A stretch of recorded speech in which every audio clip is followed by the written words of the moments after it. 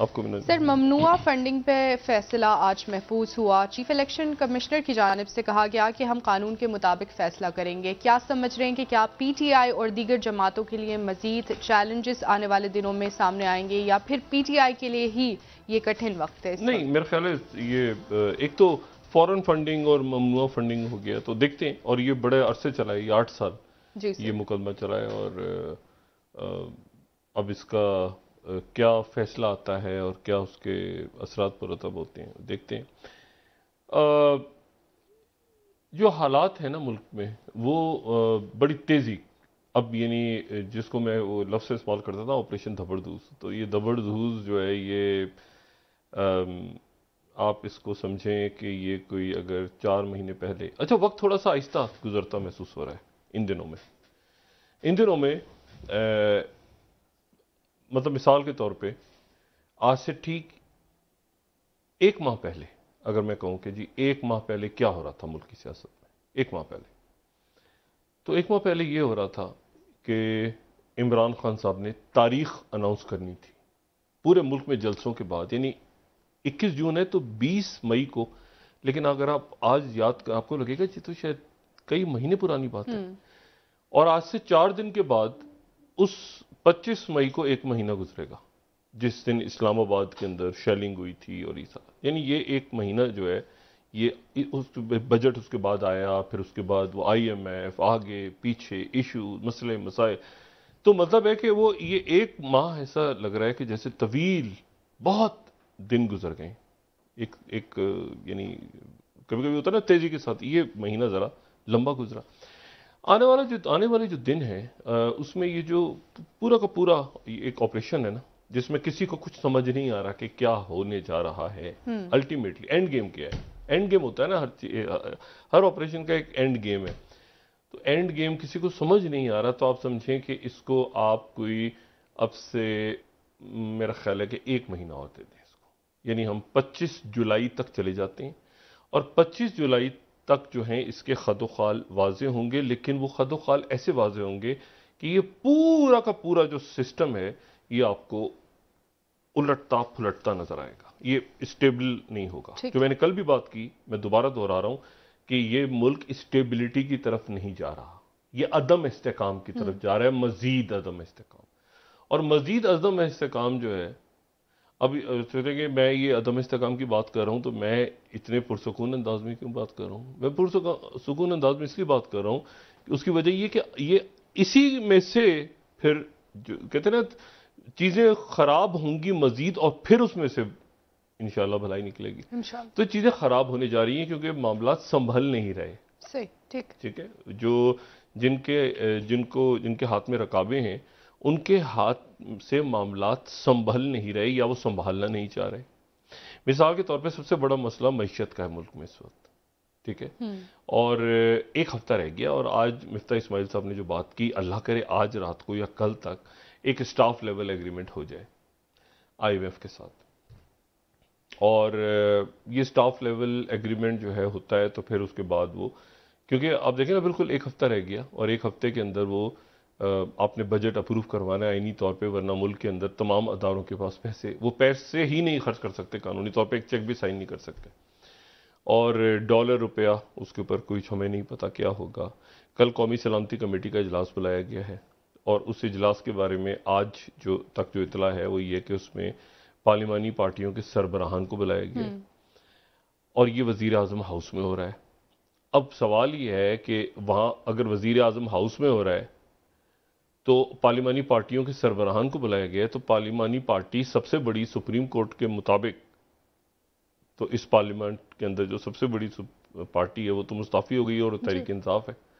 تو کیا تحریک انصاف کے سربراہ کو، جن کا نام جناب عمران خان ہے، کیا ان کو بلایا گیا ہے اس اجلاس میں جو کہ کل پارلیمانی پارٹیوں کے سربراہان کو بلایا گیا ہے؟ دیکھیں قومی سلامتی کمیٹی کا اجلاس ہے، اس کی جگہ کا انتخاب کیوں کیا گیا ہے وزیر اعظم ہاؤس؟ پارلیمنٹ کی جگہ وزیر اعظم ہاؤس میں کیوں ہو رہا ہے؟ اور کیا اس میں تحریک انصاف کے سربراہ کو بلایا گیا؟ یہ بڑے امپورٹنٹ سوال ہے نا، ایک سوال تو بنتا ہے. بالکل ہے. جو اتفاق سے کچھ دن پہلے تک وزیر اعظم بھی تھے.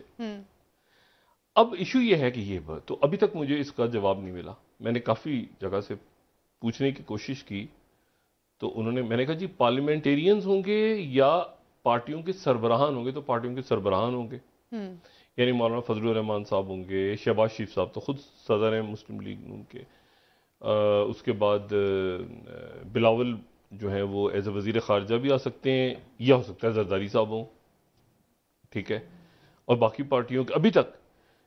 تو اگر پارلیمانی رہنماؤں کو بلایا گیا ہے تو پھر پارلیمانی رہنما تو مطلب دیکھتے ہیں کہ کل کیا ہوتا ہے.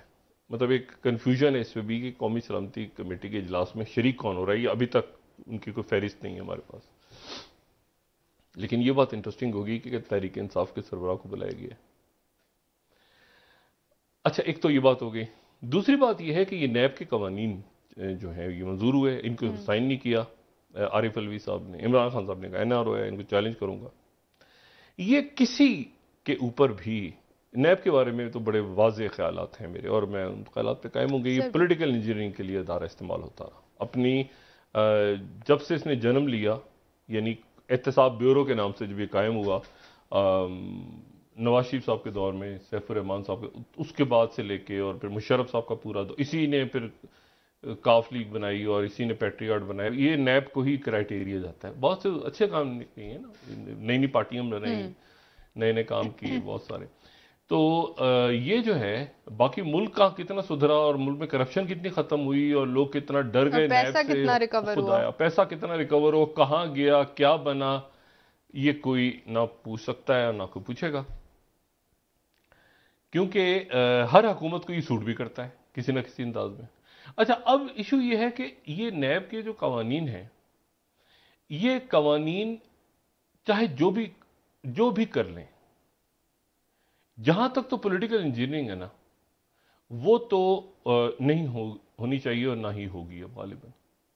لیکن جو کرپشن کیسز ہیں، جتنی مرضی ترامیم کر لیں، کرپشن کیسز اپنی جگہ موجود رہیں گے. Mega corruption cases, high profile cases ختم نہیں ہونے جا رہے، وہ رہیں گے. ٹھیک. نیب نہیں ہوگی تو FI آ جائے گی، FI نہیں ہوگی تو کوئی اور ہوگا. یہ سروں پہ ٹنگے رہیں گے جنہوں نے پیسہ کھایا ہے. کسی نہ کسی، یہ بریڈ الائیو نہیں ہوتا، بریڈ الائیو کیسوں سے بری ہو گئے، اچانک وہ بریت کے خلاف اپیل ہو گئی، ادھر یہ ہو، اس طرح کی کیس یہ ہیں، یہ پڑے رہیں گے اپنی جگہ.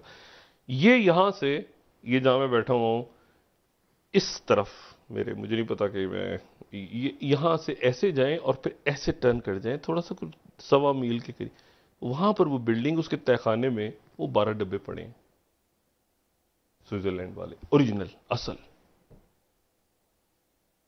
ٹھیک ہے، جو واجد بھائی کے گھر سے غائب ہو گئے تھے، وہ یہاں پڑے ہیں اور میں نے خود دیکھے ہوئے. واجد زیاد صاحب کے؟ نہیں، واجد شمس الحسن صاحب. شمس الحسن صاحب.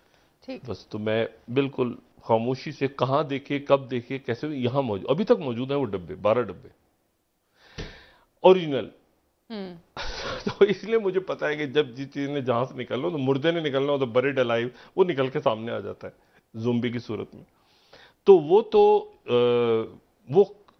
جو ہے نا، وہ تو ختم نہیں ہوں گے معاملہ. وہ وقتی طور پہ ادھر ادھر گھما پھرا کے ہو گیا، ریلیف میں یہ ہو گیا، جی اچھا جی کچھ ہے. ایک بات. دوسری بات ہے وہ یہ ہے کہ یہ اس میں 2-3 باتیں ایسی، میں ذرا ملکی سیاست پہ آتا ہوں تھوڑی دیر میں، لیکن میں ایک آدھ بات اور یہاں پہ کہوں. ایک آدھ بات جو ہے وہ یہ ہے کہ کل ایک خبر آئی اور میں اس خبر کو صرف سن کے تو میں نے کہا میں اس پہ تھوڑی سی بات کروں.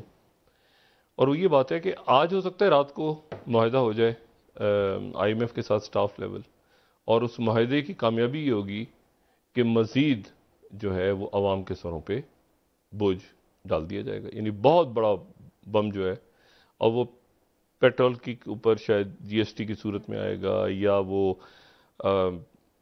کس شکل میں آئے گا، لیکن وہ IMF ابھی وہ کہتے ہیں نا، یہ دل مانگے مور کے موڈ میں، جی ڈو مور کا مطالبہ.